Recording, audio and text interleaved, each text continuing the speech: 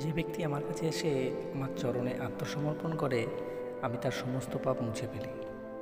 বিশ্বের যে কোনো বিপদে আপনি যদি আমার কাছে আসেন এবং আমার চরণে আত্মসমর্পণ করেন, তাহলে আমি আপনাকে সব পাপ থেকে মুক্তি দেব।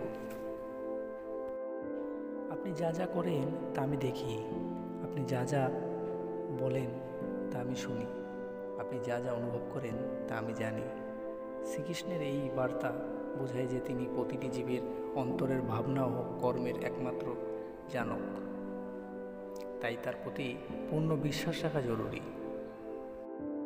অহংকারে মগ্ন হলে মানুষ নিজের ক্ষতি করে, কিন্তু যে নিজেকে সমর্পণ করে সে জগতের সেরা ধন লাভ করে। অহংকার মানুষকে অন্ধকারের দিকে নিয়ে যায়, কিন্তু যখন মানুষ তার অহংকার ত্যাগ করে সে প্রকৃত জ্ঞান ও শান্তি লাভ করে। দেহ পরিণতি হবে, কিন্তু আত্মা অমর।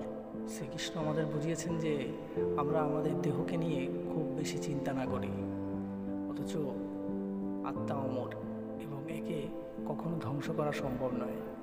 সে কাজের প্রতি তোমার ভালোবাসা রয়েছে, সেটি সৎভাবে নির্মলভাবে পালন করো।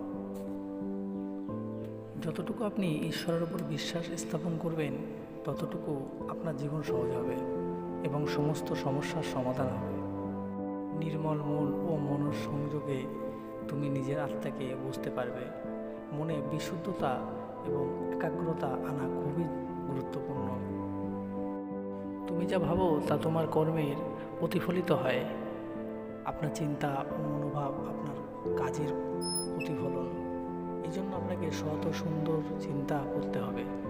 ভগবান বলেন, জীবনে প্রধান লক্ষ্য হলো ধর্মের পথে চলা। যদি ধর্ম পালন না করে তবে জীবনে কোনো মানে থাকে না, কারণ এর মাধ্যমে আপনি আপনার অন্তরের আত্মাকে খুঁজে পাবেন। শ্রীকৃষ্ণ বলেন, নিজের কাজ ও লক্ষ্যের প্রতি অটল বিশ্বাস রাখা উচিত। বিশ্বজগতের প্রতি প্রেম হওয়া প্রয়োজন, কারণ প্রতিটি প্রাণী ঈশ্বরের একটি রূপ। যেহেতু সমস্ত প্রাণী ঈশ্বরের সৃষ্টি, তাই আমাদের উচিত প্রত্যেকের প্রতি প্রেম ও সহানুভূতি প্রদর্শন করা। ভগবান কখনো ত্যাগ করেন না, তিনি সবার অন্তরে রয়েছেন এবং সকলকে পরিচালনা করেন। শ্রীকৃষ্ণ বলেন, তিনি বিশ্বের শ্রেষ্ঠা এবং তিনি আমাদের অন্তরের মধ্যে বিরাজমান। যে মানুষ আত্মবিশ্বাসী সে জীবনের পথে কখনো হারবেন না। বিশ্বের সমস্ত সৃষ্টি ঈশ্বরের দ্বারা পরিচালিত হয়। আমাদের উচিত ঈশ্বরের প্রতি শ্রদ্ধা ও বিশ্বাস রাখা। ধর্মকে বাদ দিয়ে কোনো কাজ, অর্থহীন সমস্ত কষ্ট, সমস্ত দুঃখ কেবল ধর্মের পথে চললে